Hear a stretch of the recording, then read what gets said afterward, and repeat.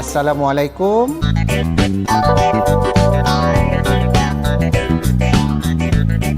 Nama saya Muhammad Syahrul bin Abdullah.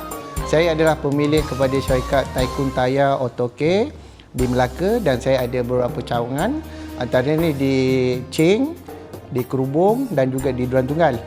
Okey, hari ini saya dikunjungi oleh tim Zakat Melaka, di mana mereka membuat penyerahan logo usahawan berkat.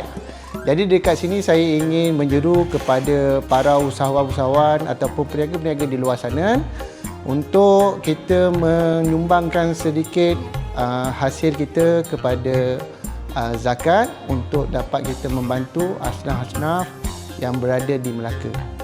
Jadi itu sajalah saya nak menyeru. Saya ucapkan terima kasih kepada tim zakat kerana hadir memberi penghargaan ini.